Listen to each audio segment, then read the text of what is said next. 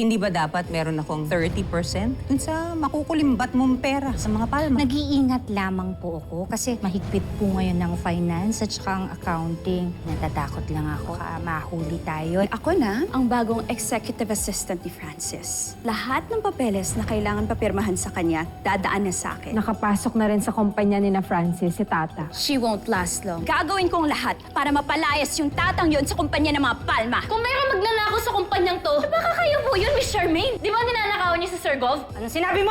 How dare you! Ano yung narinig kong pagnanakaw dito sa kumpanya? Will someone explain to me what happened back there? So may nakawan nang nangyayari dito sa kumpanya natin? Ganun ba? Tata doesn't know what she's talking about. Sir Gov, Tita Margaret, love, nagsisinungaling lang siya para magpalakas sa inyo. Alam niyo naman yung mga linta. She's desperate. Teka lang po hindi po ako linta, desperado at sinungaling.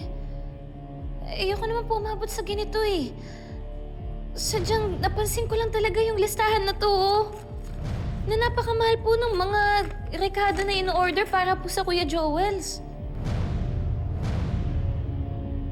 Tata, anong wala mo sa purchase order? Wala. Hindi mo alam. Wala kang alam. Kaya huwag ka nagmamarunong. Ma'am, hindi po ako nagmamarunong. Lumaki po ako sa palengke kaya kabisado ko po yung presyohan nito. Kaya masasabi ko po na sobra po yung patong nito sa normal na presyo sa palengke.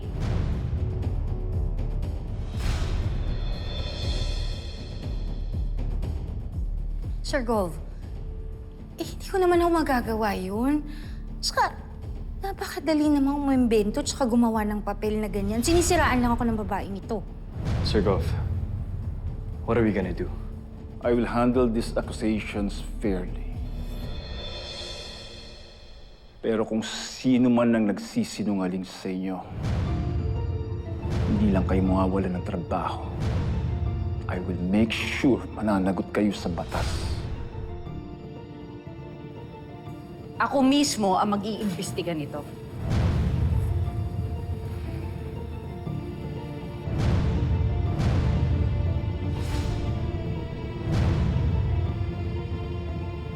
Walang lalabas sa kwartong to. Upo. I didn't know nakasama po ako dito, Sir Gov. Walang lalabas sa inyo.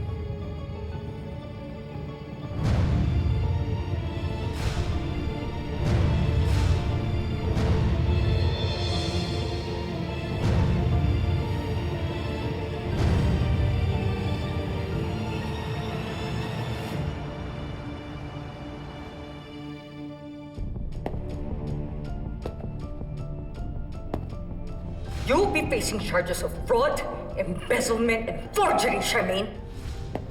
I went through all your purchase orders dating back 5 years. I must say, mahusay ka, ha? Hindi ka nahuhuli kasi iniiba-iba mo yung mga ingredients na papatungo mo ng presyo. So it could be dairy and protein in this purchase order, then it could be vegetables in the next. Iniikot-ikot mo lang at kinakalat mo para hindi namin mapansin. Pero ngayon, wala ka ng lusot. Sandali, bitawan niyo ko. Wala akong kasalanan. Kayo ko lumabas, bitawan niyo ako!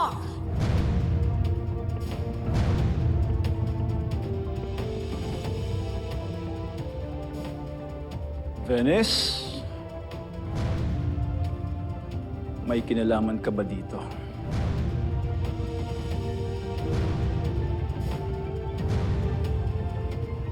Ikaw ang nag-approve ng iba dito on behalf of Francis.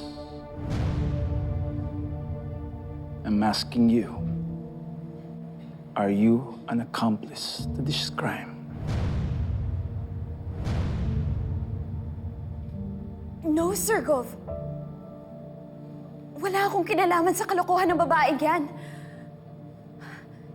Inaprobahan ko and I signed those papers because nagtiwala kami ni Francis. Nagtiwala kami sa babaeng noon, but how would I have known? Nung babaeng yon, di ba kanina pinagtatanggol mo? You were even willing to take a bullet for her. Di ba malapit kayo sa isa't isa? No! Magkakilala lang kami. Aba, malay ko ba nakikipag-close lang siya sa akin para makalusot siya sa mga ginagawa niya? Pero maniwala ka sa akin, love, wala akong kinalaman sa ginagawa niya. I'm innocent. Kaya bago-bago ko pa nandito sa kumpanya. Sir Goff, I'm one to blame din here. I should have checked more meticulously. Pero kasi nagtiwala na ako kay Charmaine, considering that she's been here for a long time. Hirapan po ako huminga. Sabi kailan ko yata pumunta sa clinic. Nasa-stress na ako. Mama, Sir Goff. Tara.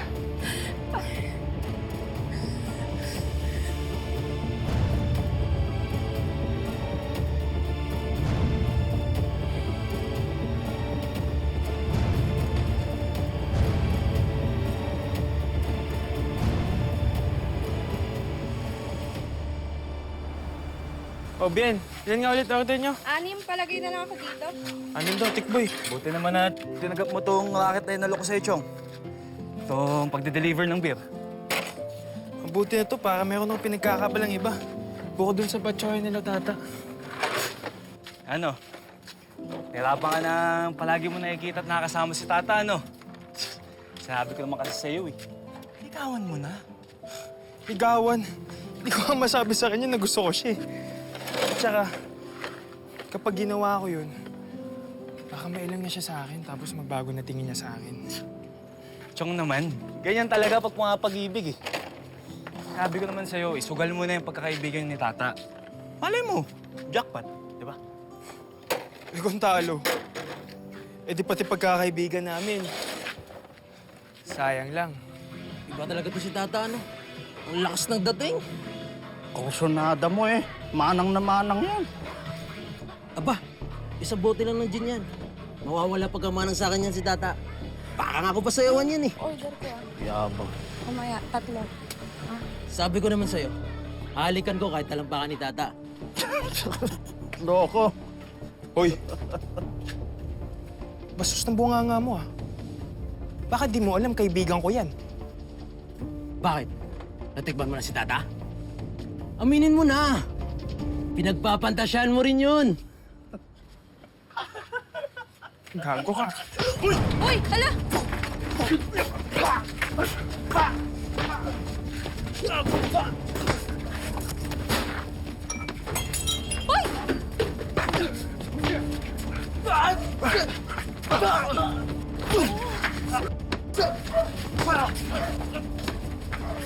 Ikaw niya yan, oy! Uy! Oh! Hala!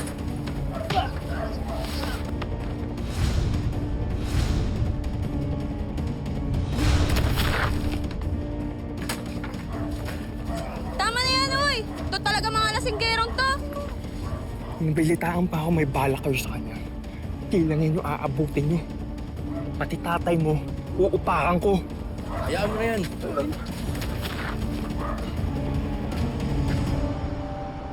Nakakakaloko yung mga kaganapan kanino sa opisina. Kaya napaturon ako eh. Pero at least, nalaman na natin na si Ma'am Charmaine pala yung nagnanakaw sa kumpanya. Pero feeling ko, yang si Ma'am Venice, may kinalaman yan eh. Kaya kung nagkahulihan na, o di ba? Best actress ang lola mo. Love, hati nga niya ka nakahilig. Ganun. Ah, di ba? Safe. Mas masarap kahit manipis. Uy, di ba yung si Chona, ito yung sekretary ni Sir Gov? Bakit? Tinitext ako eh.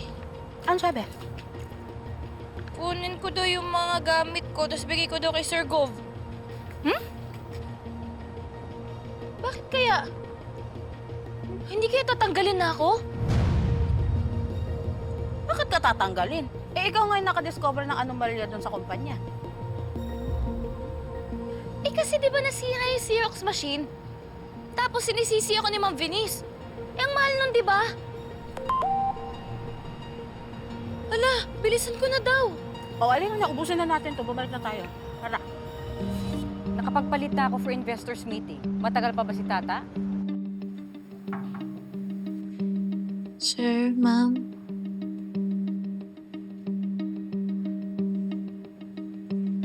Excuse me po. Sir, ito na po yung gamit ni Tata.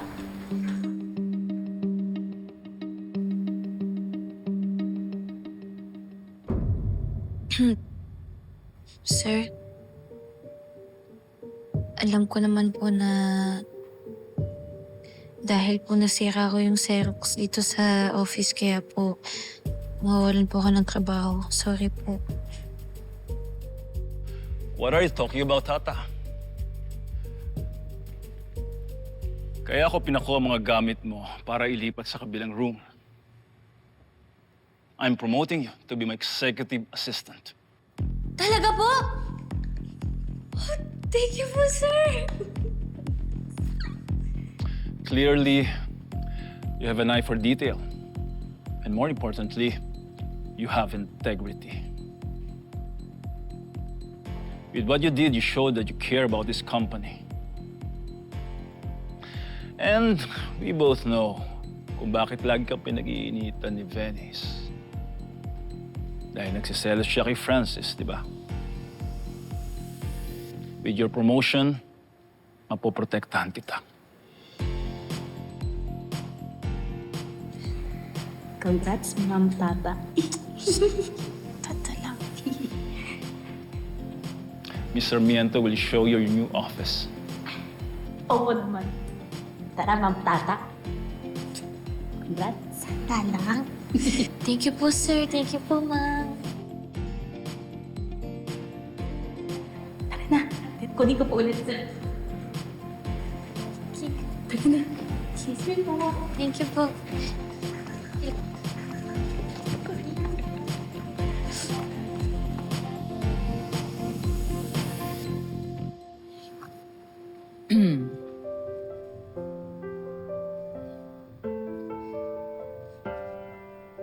Greg, I just want to remind you, nakatatanggal lang natin ng isang empleyado dahil sa sobra nating pagtitiwala. Iba ang tingin ko kay Tata. For some reason, magaan ang pakiramdam ko sa kanya. Well, sana nga tama ka. Oh, what are you busy with? Well, I saw this new opportunity in Taiwan. I'll read about it and I'll let you know. Okay? Okay, you let me know.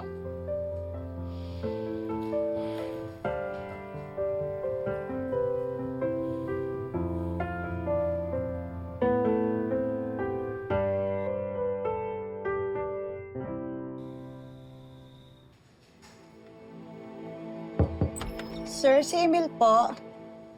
Emil, pasok.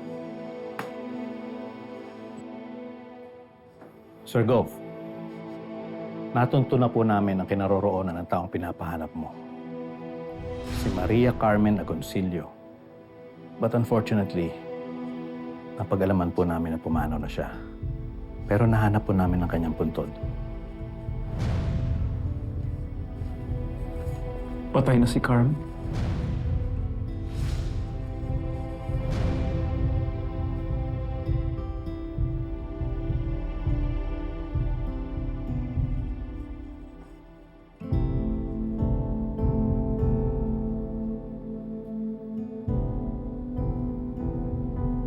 Ano kinamatay niya?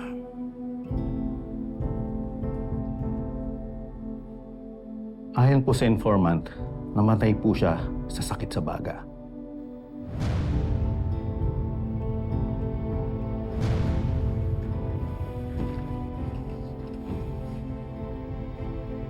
Hindi ko man lang siya natulungan.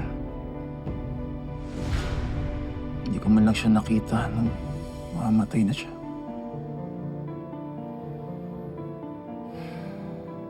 Nang huli kami magkita ni Carmen, buntis siya. Pinilit kong hanapin siya pero hindi ko na siya nakita.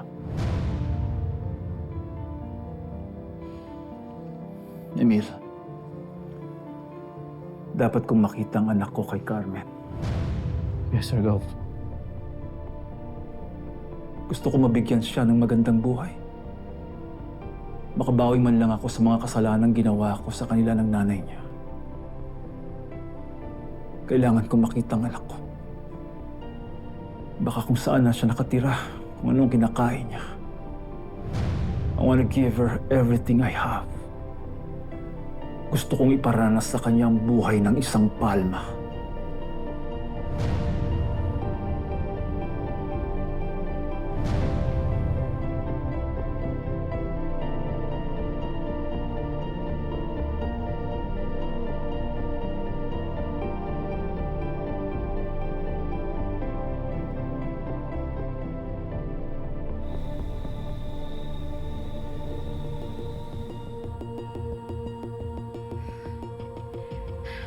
How can we be so sure na hindi tayo idadawit ng Charmaine na yun sa kaso niya? Hindi tayo pwedeng makasuhan at makulong kasama niya. Kinausap ko na siya at yung asawa niya. Hindi sila magsasalita basta babayaran natin yung abogado at magsusustento tayo sa anak niya. Ako na bahala. Hindi dapat nangyari to eh. Kung hindi nagbida-bida yung tata na yan. Hanggat nandyan siya, hindi mawawala ang problema natin. Getting rid of her from that company is not enough. Kasi I'm sure, hahanap yan ng paraan para umiksena pa rin sa amin ni Francis. Kung gusto niya tayo ipakulong, pues, uunahan na natin siya.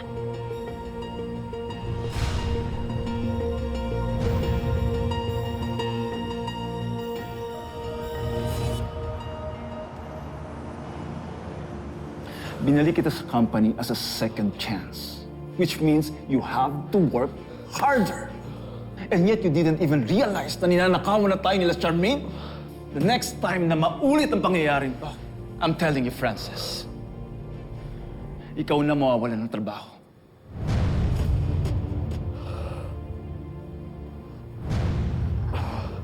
Sir Gov, babalik na lang po ako mamaya.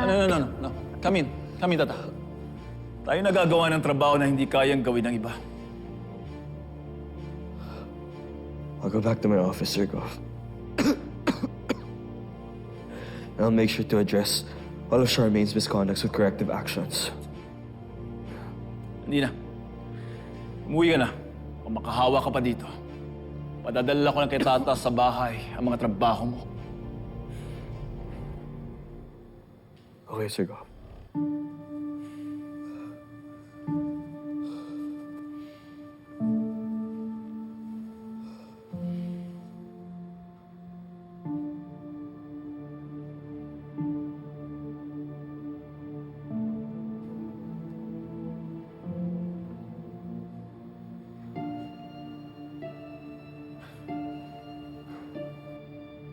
Sir Gov, kailangan ko lang po papirmahan po ito.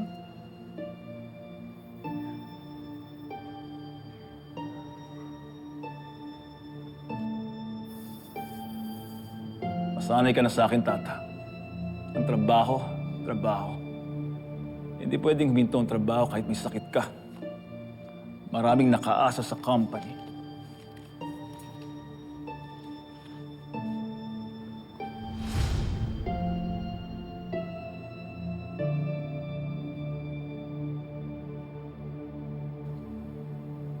That's my mom.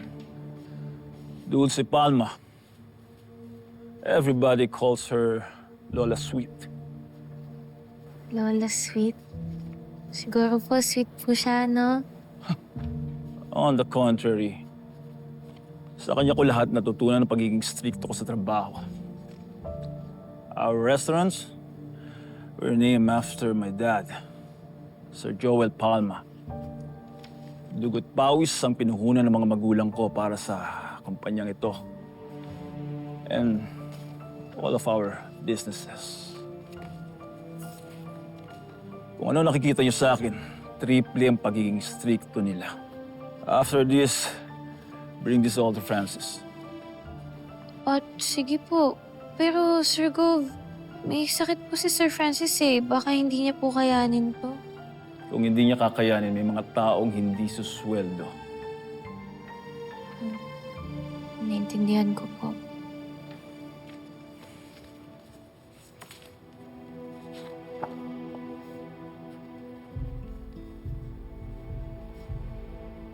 Bakit ka ganyan tumingin sa akin? You think I'm being too harsh on my son? Naintindihan ko naman po, Sir Gov, kung bakit po kayo stricto kay Sir Francis. Pero alam niyo po, ginagawa naman po ni Sir Francis yung lahat.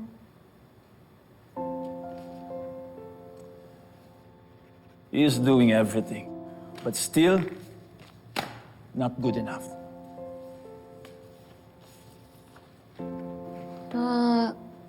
Pero sir, di ba wala naman pong magaling agad? Alam niyo po ako, pag nagkakamali po ako, naiinis ako sa sarili ko. Pero lagi akong pinapaalalahanan ng nanay ko na, tao lang din naman po tayo. Merong mga araw na hindi tayo magaling, nagkakamali tayo. Pero yung importante po hindi tayo sumusuko. At si Sir Francis, hindi po siya sumusuko, Sir Gov.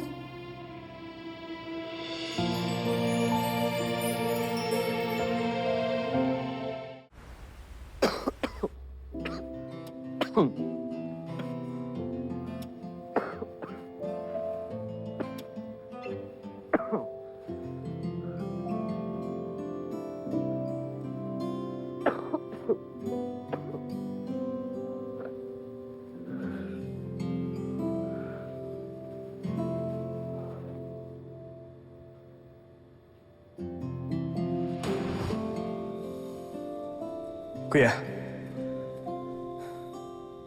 pagalitan na naman ako ni Sir Gov. Lahat na lang ng gawin ko, mali. Francis, mali naman talaga yung ginawa mo kanina, di ba? Nagkamali ka ng computation, nag-over budget tayo. Palibhasa, kuya. Paborito ka ni Sir Gov. Francis, hindi totoo yan. Mula nabudlayan ka nga, naiintindihan ako. Hindi totoo yan. Mas madalas nga akong pagalitan ni Sir Gov kaysa sa'yo di ba? Last week, isa ko oras niya ako ginisermonan.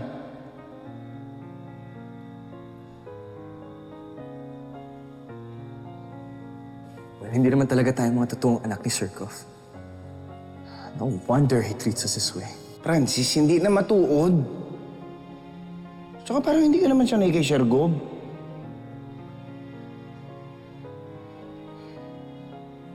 Pinalaki niya tayo at minahal niya tayo ng parang tunay na mga anak niya. I know it's hard for you to see, Francis. Pero he's only stick with us. Because he wants us to be better. Kaya kanya pinapagalitan dahil gusto niya na matuto ka. Kasi he's not giving up on you. He's just being a father to us, Francis. Sa paraang alam niya.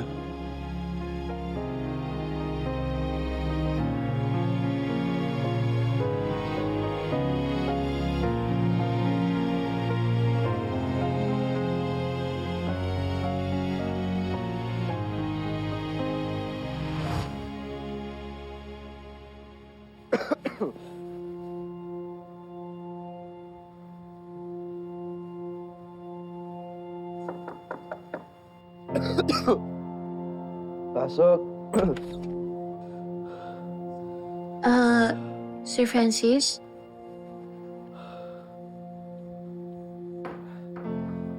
Sir, sorry may mga papapirma lang kasi ako Ikaw na lang kasi yung kulang sa mga signatory.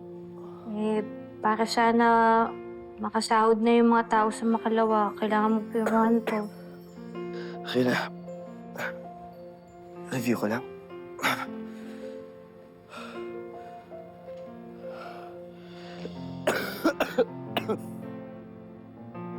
Sir, okay ka lang? Sir? nakainom ka na ba ng gamot mo? Gusto mo tumawag ako ng doktor para ma-check ka? No need that, ha? Isang kaso lang to. Nakainom na ako ng gamot. Hindi na pati yung bata. Gusto mo magsuob? Effective yun.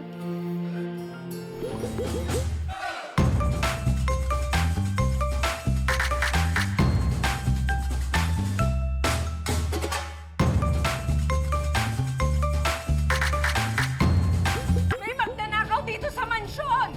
We need to find that watch at malaman kung sino nakaw nun. Kanina, nandito po si Tata. Kasama niya po si Julius. Baka nga si Tata yung nagdakaw ng relo. Paano napadpad tong relo na to? Sa pag ni Tata? I just don't know when our lives started to feel like we're living in a circus, Margaret. Mabuti na rin maaga pa lang nabisto man yan si Tata. Hindi lang talaga ako makapaniwala sa ginawa ni Tata. If everything goes as planned, maghihimas ng rehas yung Tata na yan.